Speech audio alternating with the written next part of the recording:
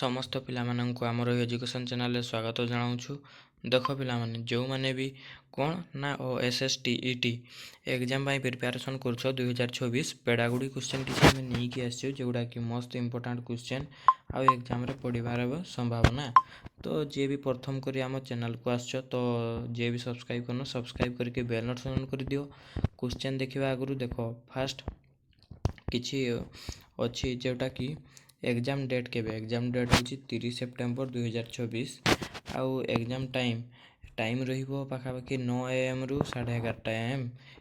Admit card केबे download start हो ना 20 सेप्टेम्बर रु 2024 टारू उपलब्ध हो जिवो।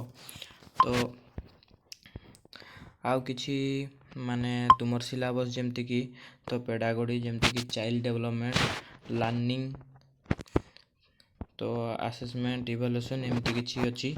तो चलो बेसी न कहीकि आमे एबे डिस्कशन करिबा क्वेश्चन गुड़िक कौन अच्छी ना शिक्षार्थी केंद्रिक शिक्षा कौन ना लर्नर सेंटर्ड एजुकेशन माने कही शिक्षार्थी केंद्रिक शिक्षार मुख्य उद्देश्य कौन ना छात्रर सक्रिय अंशग्रहण बढ़ाइबा।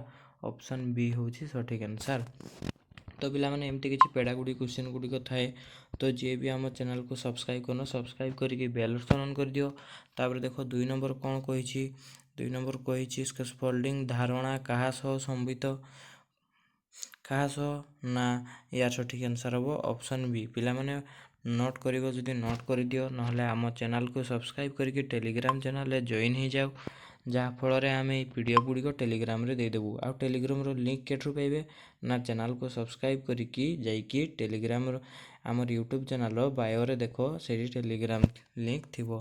ताबे 3 नंबर देखो कौन कही ना केउ सिद्धांत अनुसार शिशु निजे ज्ञान गठन करे। पिला माने मु सब बळे कहूची क्वेश्चन को फास्ट बारंबार पढ़ो, तापर आंसर करिया पई चेष्टा करो। ता यार सठिक आंसर हम ऑप्शन बी कौन ना कन्स्ट्रक्टिविज्म सठिक आंसर होची ऑप्शन बी। तापर जिबा 4 नंबर को 4 नंबर क्वेश्चन कौन कही फॉर्मेटिव असेसमेंट रो उद्देश्य कौन। तो देखो पिला माने फॉर्मेटिव रो असेसमेंट रो उद्देश्य सब बळे रही थाए कौन ना शिखिबा समय रे सुधार आनिबा। जते बळे किछि गुटे जिंस नुआ शिखा होतबो तो सेठी किछि जदी असुविधा जिंस थिबो सेटा को केमती सुधार आनिबा। यार सठिक आंसर होची ऑप्शन बी। तापर देखो पिला माने 5 नंबर कौन कही ना मल्टीपल इंटेलिजेंस थ्योरी किए देइथिले ना गार्डनर देइथिले सठिक आंसर हम ऑप्शन ए।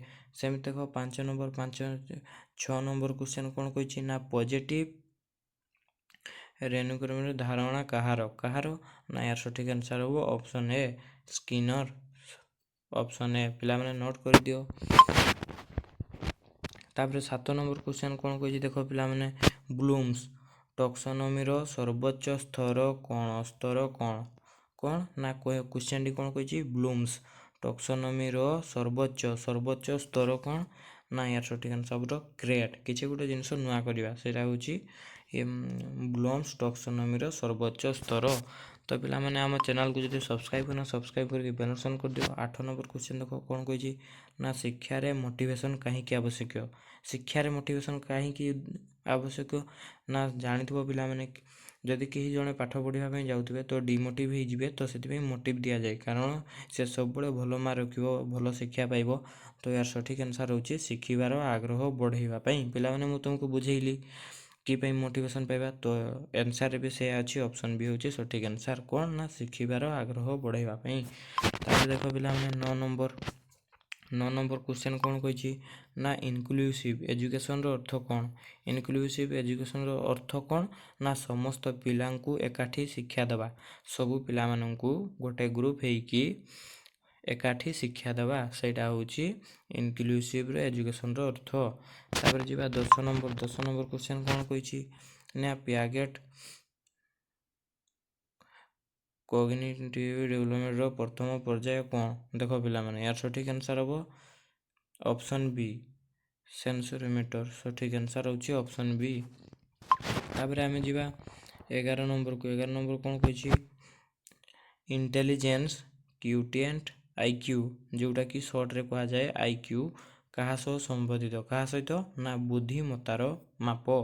କିଏ ନା ବୁଦ୍ଧିମତାର ମାପ। 12 ନମ୍ବର ଦେଖ ସେମିତି କ'ଣ କହିଛି ନା ଲର୍ଣ୍ଣିଂ ବାଇ ଡୁଇଂ ଧାରଣା କାହାର, ଡୁଇଂ ଧାରଣା କାହାର ନା ଜନ୍ ଡେୱେ। ସଠିକ୍ ଆନ୍ସର୍ ହେବ ଅପସନ୍ ଏ। ସେମିତି ଯିବା 13 ନମ୍ବର ଦେଖ କ'ଣ କହିଛି, ତ 13 ନମ୍ବରଟା ତୁମ ପାଇଁ ନାହିଁ ପିଲାମାନେ। ଦେଖ 14 ନମ୍ବର କ୍ୱେଶ୍ଚନ୍, 14 ନମ୍ବର କ୍ୱେଶ୍ଚନ୍ କ'ଣ କହିଛି, ଭଲ ଶ୍ରେଣୀ କକ୍ଷ ପରିଚାଳନାର ମୂଳ ଉଦ୍ଦେଶ୍ୟ କ'ଣ? ଭଲ ଶ୍ରେଣୀ କକ୍ଷ, ଭଲ ଶ୍ରେଣୀ କକ୍ଷ ପରିଚାଳନାର ମୂଳ ଉଦ୍ଦେଶ୍ୟ କ'ଣ ନା ଶିଖିବା ପାଇଁ ଉପଯୁକ୍ତ ପରିବେଶ ସୃଷ୍ଟି କରିବା। କ'ଣ ନା ଶିଖିବା ପାଇଁ, କିଛି ଶିଖିବା ପାଇଁ ଉପଯୁକ୍ତ ପରିବେଶ ବି ଭଲ ହେଇଥିବା ଦରକାର, ପରିବେଶ ସୃଷ୍ଟି କରିବା, ଯେଉଁଟାକି ଅପସନ୍ ବି ସଠିକ୍ ଆନ୍ସର୍। ତାପରେ ଯିବା 15 ନମ୍ବର, 15 ନମ୍ବର କ'ଣ କହିଛି, ଜେଡ୍ପିଡିର ଫୁଲ୍ ଫର୍ମ ହେଉଛି ଏଇଟା ଜୋନ୍ ଅଫ୍ ପ୍ରକ୍ସିମାଲ୍ ଡେଭଲପମେଣ୍ଟ। କ'ଣ ନା ଜୋନ୍ ଅଫ୍ ପ୍ରକ୍ସିମାଲ୍ ଡେଭଲପମେଣ୍ଟ। ଏମିତି ବି କ୍ୱେଶ୍ଚନ୍ ପଡ଼ିଥାଇପାରେ ଜେପିଡିର ଫୁଲ୍ ଫର୍ମ କ'ଣ, ତ ଜେପିଡିର ଫୁଲ୍ ଫର୍ମ କ'ଣ ନା ତୁମକୁ ତ ଏଇନା ମୁଁ କହିଦେଲି ଜୋନ୍ ଅଫ୍ ପ୍ରକ୍ସିମାଲ୍ ଡେଭଲପମେଣ୍ଟ। କହିଛି କାହାର ଧାରଣା, କାହାର ଧାରଣା ନା ୟାର ସଠିକ୍ ଆନ୍ସର୍ ହେବ ଅପସନ୍ ବି। ନୋଟ୍ କରିଦିଅ ପିଲାମାନେ। ଆଉ ଯଦି ଆନ୍ସର୍ ପିଲାମାନେ ଦେଖ ଏଇଗା ସବୁ ଆନ୍ସର୍ ଅଛି 15ଟି କ୍ୱେଶ୍ଚନ୍ର ମୋଷ୍ଟ ଇମ୍ପୋର୍ଟାଣ୍ଟ କ୍ୱେଶ୍ଚନ୍।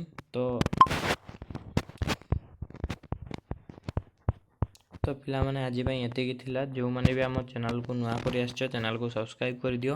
ଏଇନା ତୁମର ଡେଲି କ'ଣ ନା କ'ଣ ହେବ ନା OSSTETର ଡେଲି ଏଇନା ପ୍ରାକ୍ଟିସ୍ କରାଯିବ କ୍ୱେଶ୍ଚନ୍, ଯେଉଁଟାରେ କି ତୁମେ ଏକ୍ଜାମ୍ରେ ଭଲ ମାର୍କ ରଖିବ। ପେଡ଼ାଗୋଡ଼ି ନୁହେଁ, ଯେତେ ସବୁ ବି ସିଲାବସ୍ ଅଛି ସବୁର କ୍ୱେଶ୍ଚନ୍ ଆମେ ଆଣିବୁ।